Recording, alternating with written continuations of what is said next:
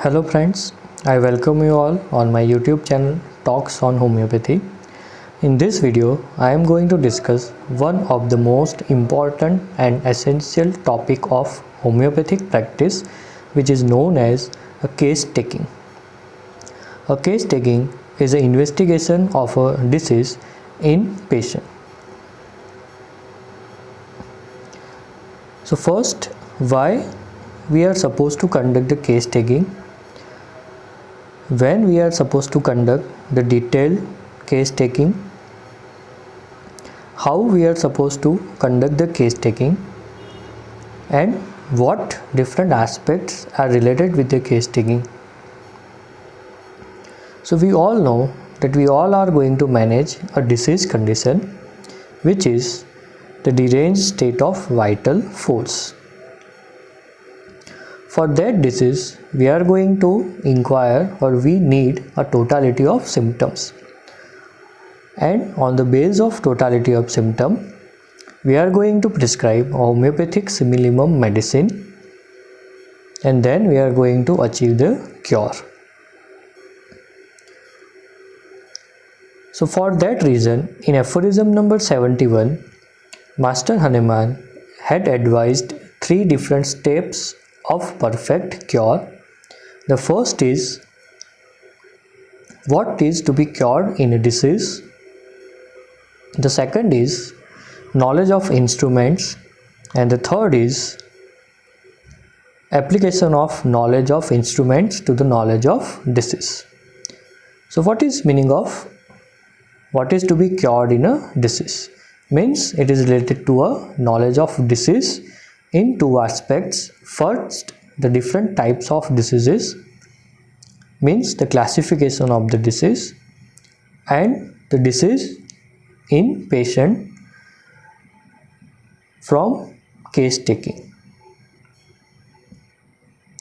Knowledge of instruments means knowledge of action of a medicine. This knowledge we are going to obtain by the experiment of drug proving. And the third is application of knowledge, means employing artificial morbific agents for cure of natural disease, knowledge of posology and administration of medicine. So we all know that there are 2 types of basic diseases. The first is acute disease and the second is chronic disease. So acute disease means the chief symptoms strike us and become evident to the senses more quickly, and hence much less time is requisite for tracing the picture of the disease, and much fewer questions are required to be asked.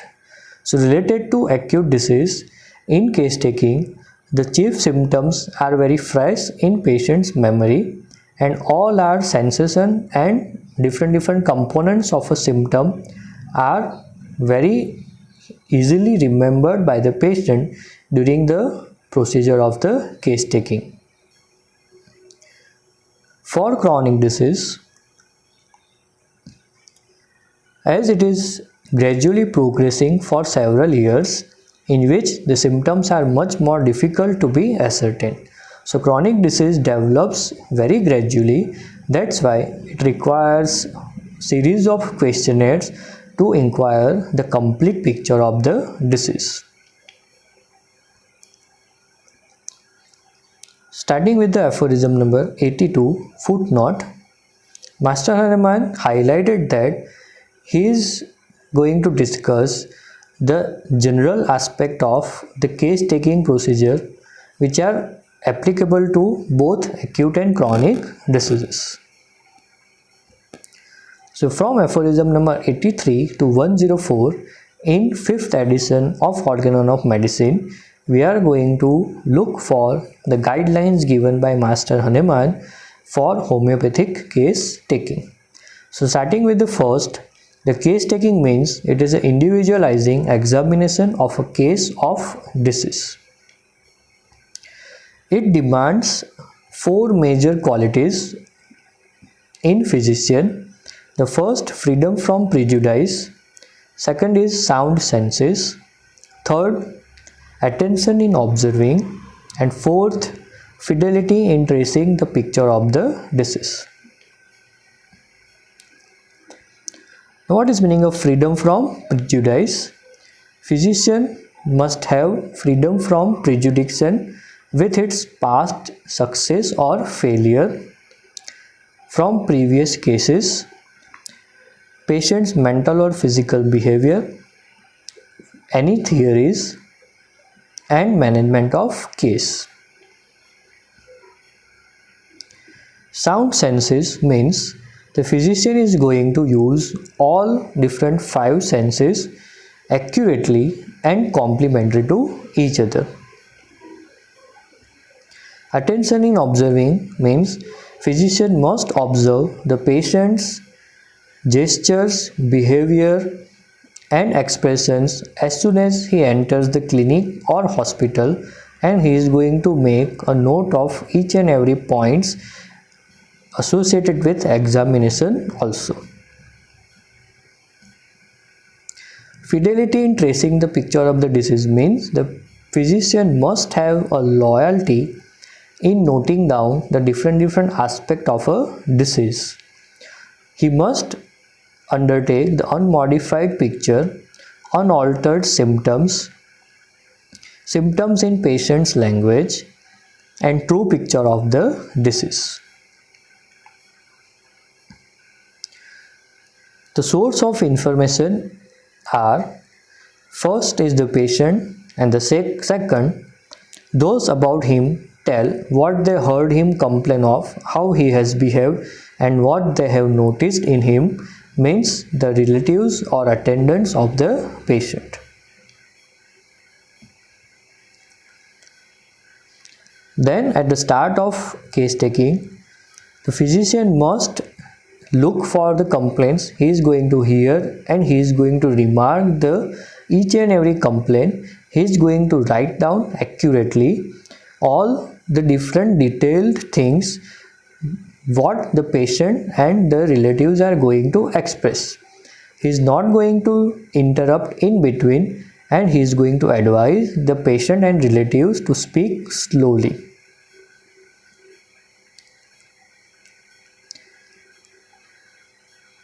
When the physician is supposed to interrupt, when the patient or relatives wander off to the right track, and the physician is not going to interrupt, because if he is going to interrupt unnecessarily, it is going to break the train of thoughts, and all they would have said at first does not repeat again in same manner.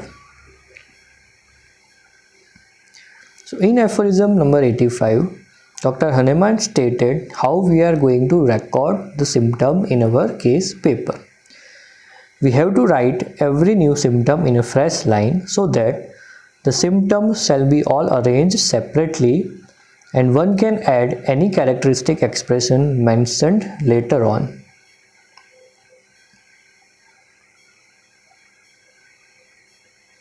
So what are the advantages when we are going to arrange the symptoms in a proper way?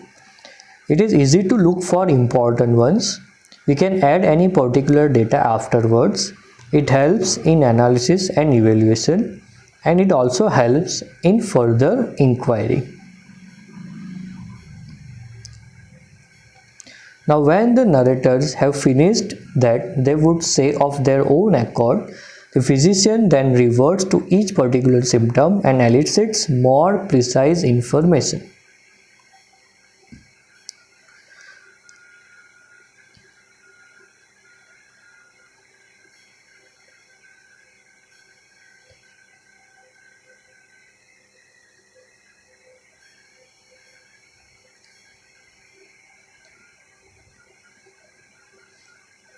Now physician is going to inquire the symptoms into its different components, like the nature of the complaint, the kind of a sensation,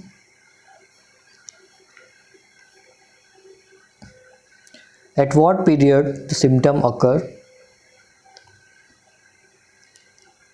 it occurred after taking some medicine or without the medicine, what is the time period of the symptom, at what time it aggravated or ameliorated, or with what position of the body it is increased or decreased. In short, a kind of a modalities. Then the location or a spot of a symptom.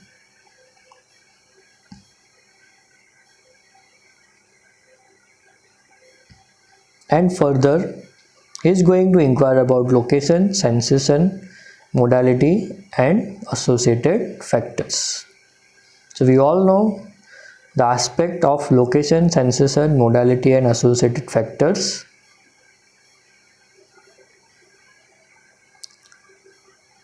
Now physician can complete the symptoms but without asking a suggestive questions, a leading question or direct question or a question on line of remedy. Suggestive question means which suggests the answers directly. Leading question or direct question means which leads to certain answers. And question on line of remedy, which is going to suggest certain specific remedies. The examples of suggestive questions are: what taste you like, sweet or salty? Are you reserved or extrovert? Do you feel hungry in morning, etc. Example of leading or direct questions are: are you weeping alone? Is spicy aggravate complaints? Are you fearful in dark? And etc. Question on line of remedy, like if physician is having arsenic back of the mind, then he is going to inquire directly the thirst, and with only the questions of thirst he is going to inquire the different characters related to the arsenic album. So next aphorism is why one should not ask suggestive, leading or direct questions: because patient will be misled to answer in the affirmative or negative, something untrue, half true or not strictly correct, either from indolence or in order to please his interrogator, from which a false picture of the disease and an unsuitable mode of treatment must result. In footnote number 80, aphorism 87, for instance, the physician should not ask what's not this or that circumstance present. He should never be guilty of making such suggestions which tend to seduce the patient into giving a false answer and a false account of his symptoms.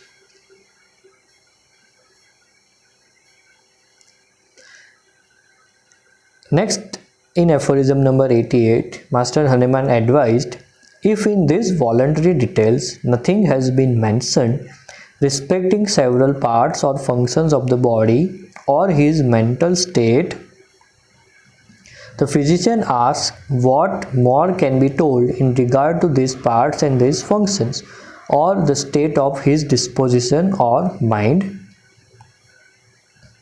He only makes use of general expression. General expressions means mental and physical, disposition, humor, memory, and in physical generals, the state of sleep, conditions which aggravates or ameliorate patient, conditions of discharges, desires, aversions, thirst, taste, etc. If he feels he has not yet gained all the information he needs, then when the patient has by these details given of his own accord, the physician is at liberty and obliged to ask more precise and more special questions. Examples are given in footnote. How often are his bowels moved? What is the exact character of the stool? Did the whitish evacuation consist of mucus, feces? So these are the conditions related with the bowel movements. These are the conditions or questions related with the gastric symptoms. Then there are certain questions given to inquire about the complaint of urine. Also there are many questions are given to inquire the state of sleep. Again we are going to inquire the modalities in different aspects. There are wonderful examples are given to inquire about the fever totality.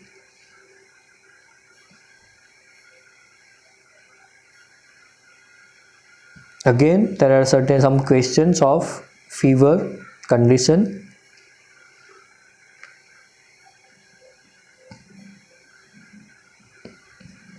Also there are examples are given for menstrual conditions.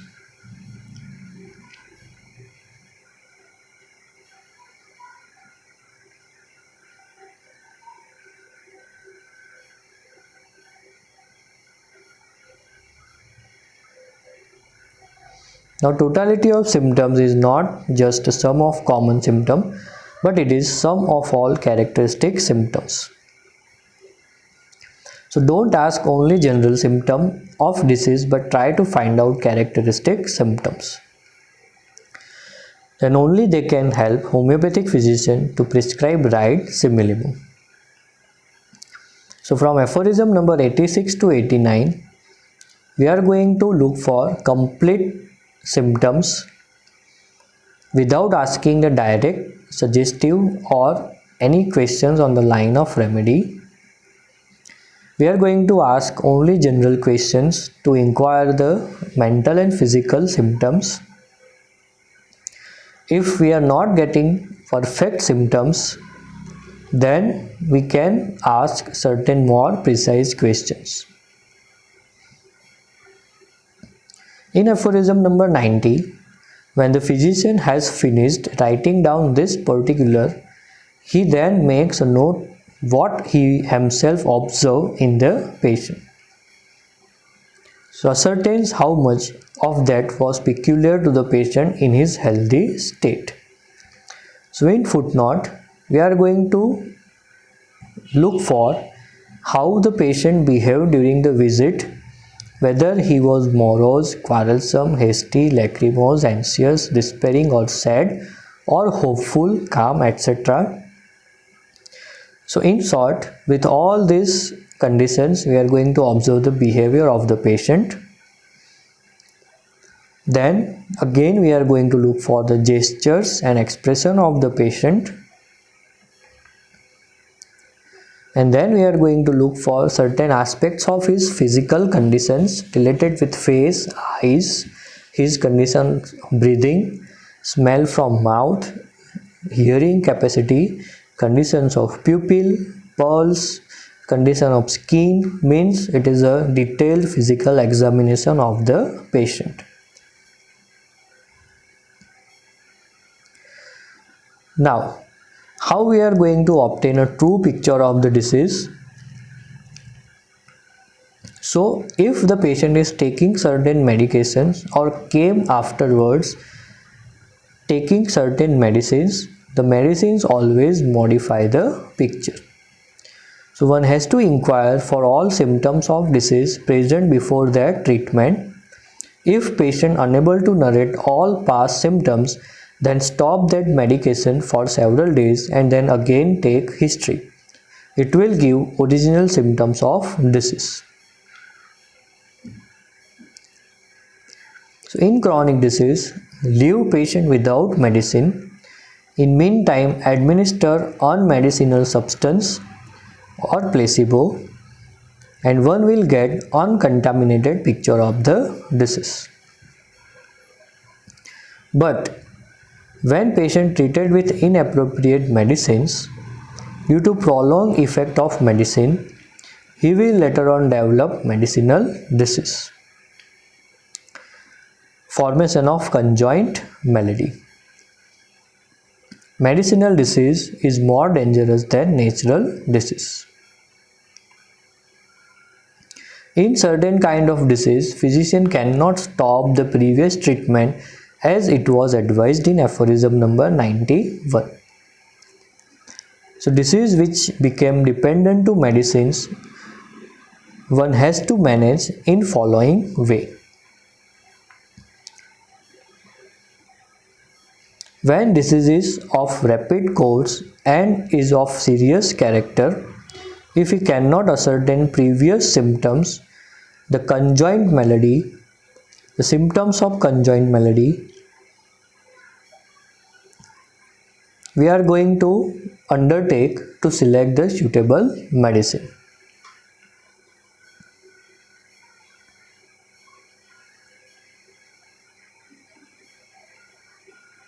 So it is a stepwise management of conjoined malady, and one day physician will able to know complete picture of the disease and also patient's minimum medicine. Now there are certain causes which are known as obvious causes present in both acute and chronic disease. Obvious causes means any cause of a disgraceful character which the patient or his friends do not like to confess, at least not voluntarily. So in footnote, we are going to have a number of different examples of obvious causes, like the cases of poisoning, somewhat of indulgence or debauchery, excess in certain beverages, wine or alcoholism, overindulgence in eating, infection with venereal diseases, unfortunate love, jealousy, domestic infelicity, worry, grief, ill usage, embarrassment of pecuniary nature, fear, imperfection of parts, so on. So, for this kind of obvious causes, we must inquire with every caution and ask every question skillfully. If necessary, inquire separately patient and relative. So we have to inquire with much skill, and we have to inquire the patient and his relative separately with more skillful questionnaires.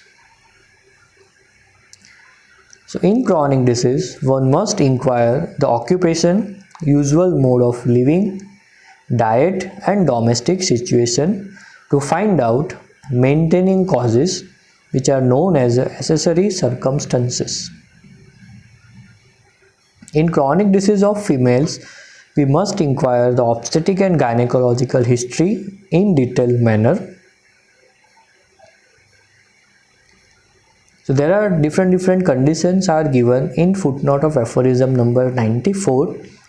So for female patient and in chronic disease, we must inquire this particular kind of a obstetric and gynecological history. For menstrual history, we must undertake a detailed history of each and every component of menstrual cycle, like its time, its duration, flow, character of flow, quantity, color, etc.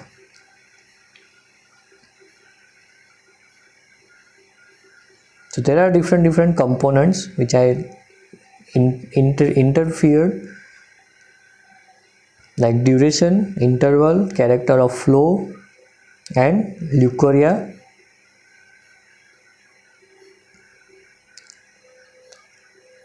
In chronic disease, there are certain factors or symptoms which are hidden in patient's history,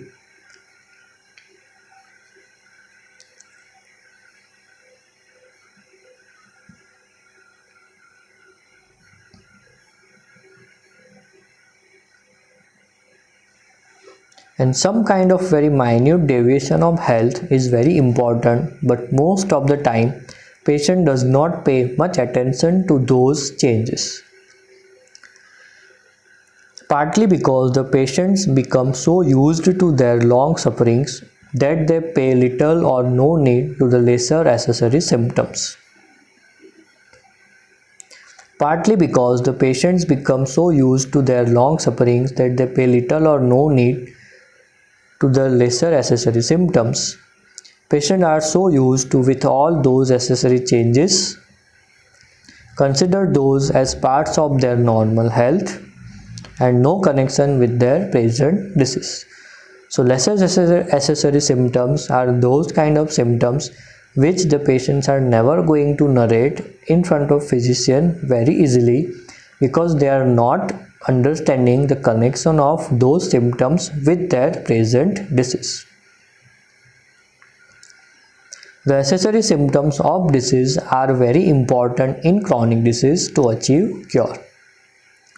They are useful in selection of medicine and individualization of patient. In aphorism number 96, Master Hahnemann discussed different kinds of personalities which are going to have a different expression of a disease symptoms. So some patients narrates the complaints in two vivid forms because of special disposition, like so-called hypochondriacs or the person who are having a great sensitiveness or impatience. Hypochondriac means those who are having imaginary troubles, not having any disease, but they feel that they are suffering with the disease. Hypersensitives has some complaints but exaggerates own symptoms and they are having some increased sensitivity.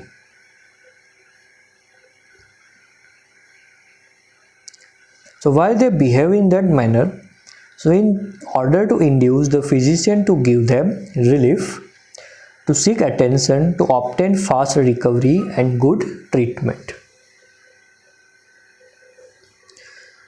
In footnote number 96, Master Hahnemann advised how to manage this kind of personalities. So for hypochondriac, if it is a pure fabrication of symptoms, rule out by giving any unmedicated substances. If complaints disappear, it proved that they were false complaints.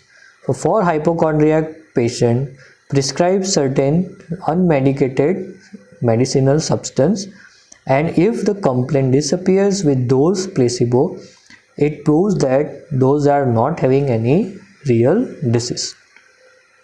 For hypersensitive personalities, deduct exaggerated symptoms from real one and look for factor to which patient is hypersensitive. Ailments becomes an important symptoms.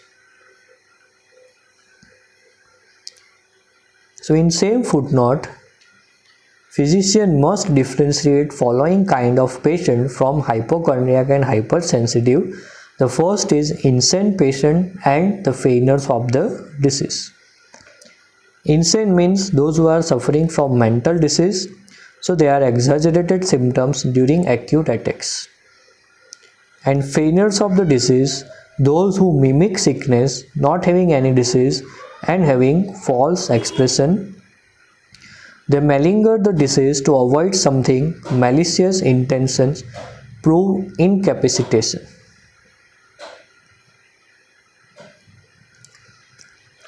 Now, exactly opposite kind of a person, those refrain from mentioning a number of their symptoms or describe them in vague terms, allege some of them to be of no consequences.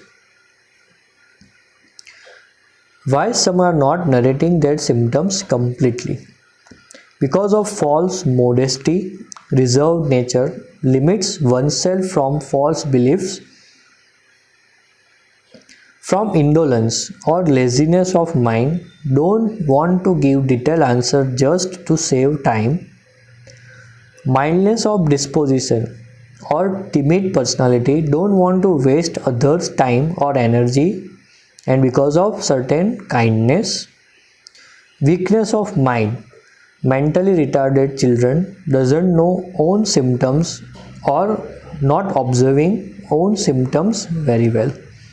So these are the basic four kind of personalities, those who are not going to narrate the symptoms in a better way, either with the false belief or to just make themselves good in front of physician or with the weakness of mind.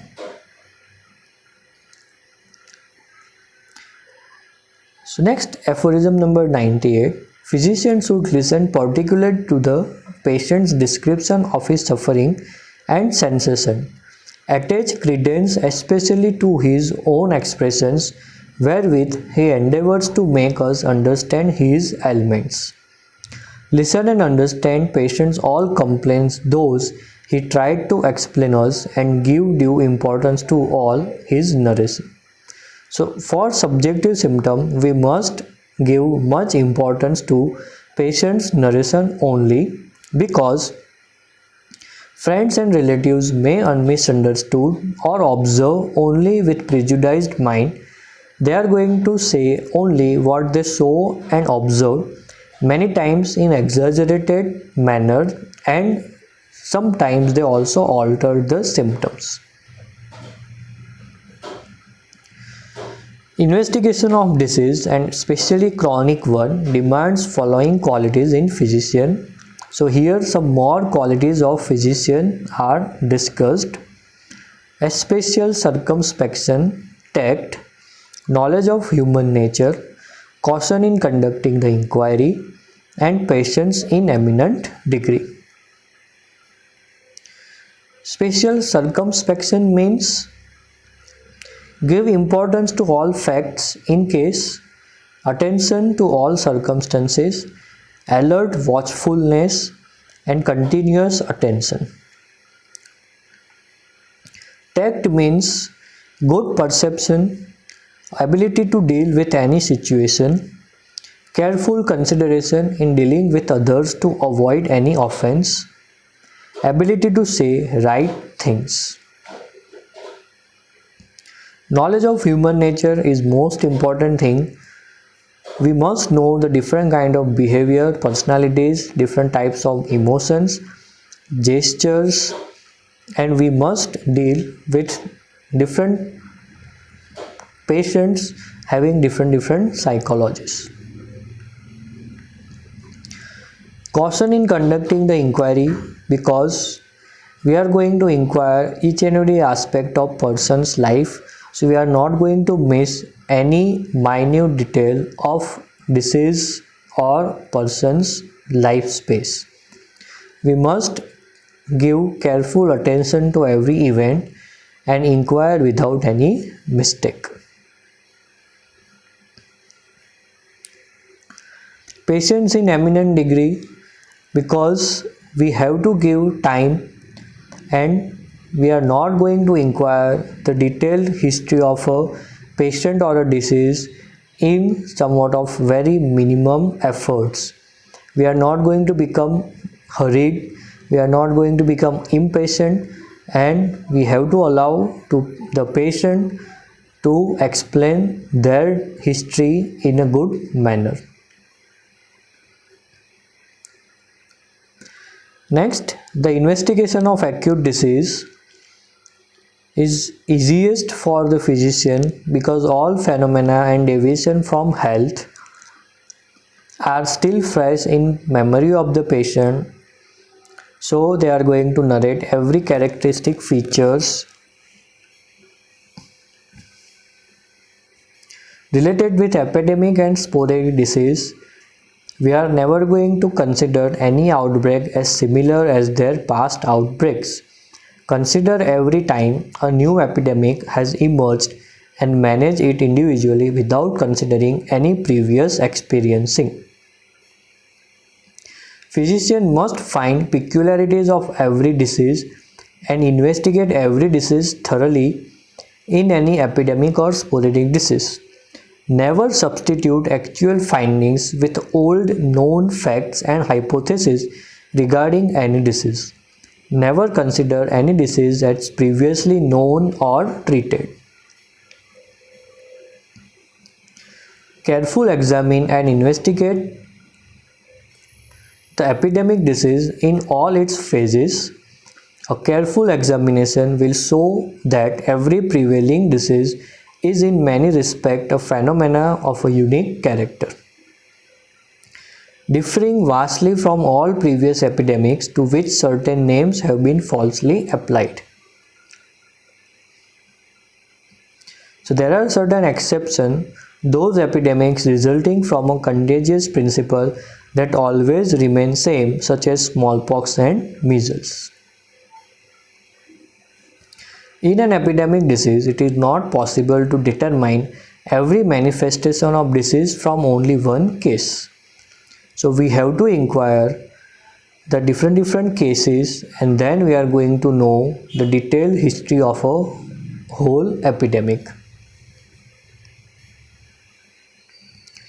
So detailed case taking of every case makes clear picture of epidemic disease more significant and including more of the peculiarities of this collective disease.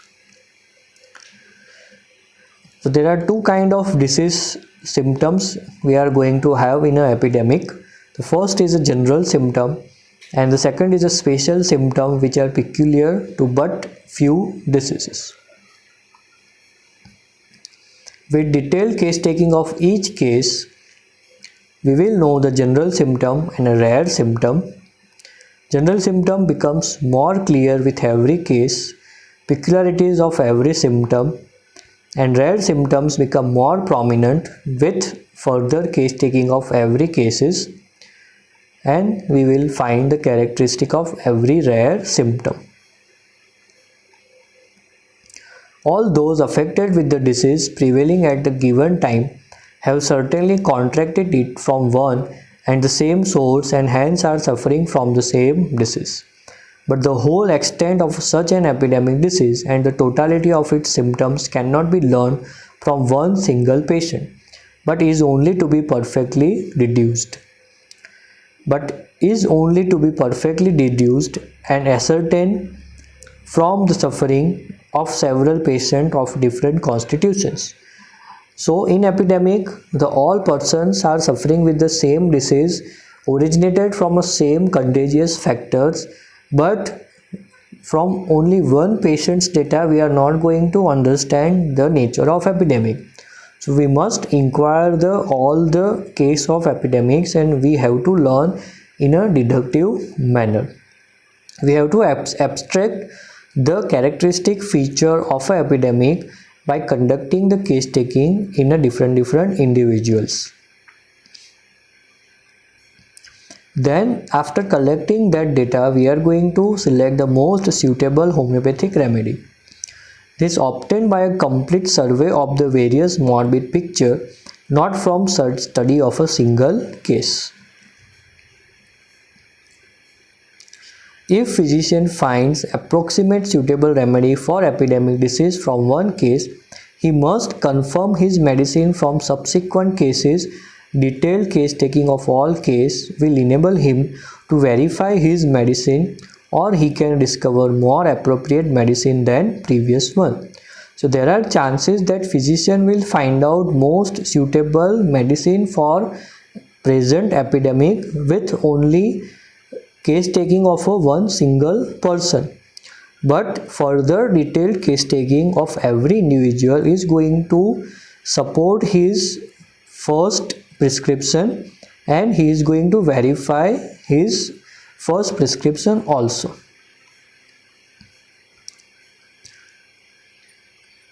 So there are certain guidelines are given for the miasmatic chronic maladies. So they are going to investigate in detailed manner as we are investigating the sporadic or epidemic diseases. So we have to inquire each and every case of a chronic miasmatic disease and we are going to find out the detailed picture of every miasm.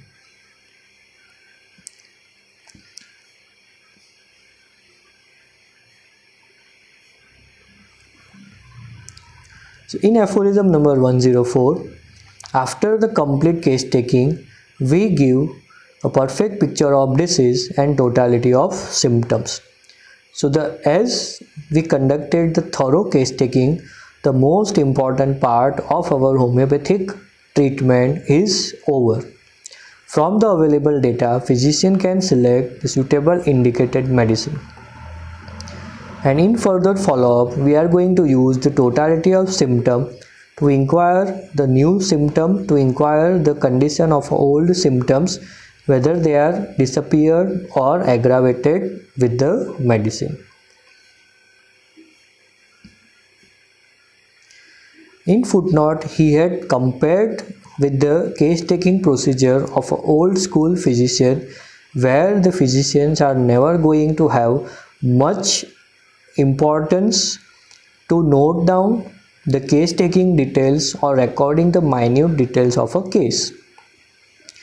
They inquire very less and jumps to prescription composed of a variety of substances. And in next visit, in follow-ups, whenever the patient is going to come, they are never going to recollect the previous data, and they again prescribe certain combination of medicine, and like that they are going to treat the disease. So this is the guidelines of case taking given in Organon of Medicine by Master Hahnemann. If you are having any queries or any doubts, you can write in comment section. Here I had discussed very general and superficial guidelines given in aphorisms with certain important sentences written in different aphorism. You all are supposed to read the aphorism with this particular video. For more topics like this, you can visit my blog or my YouTube channel. Thank you.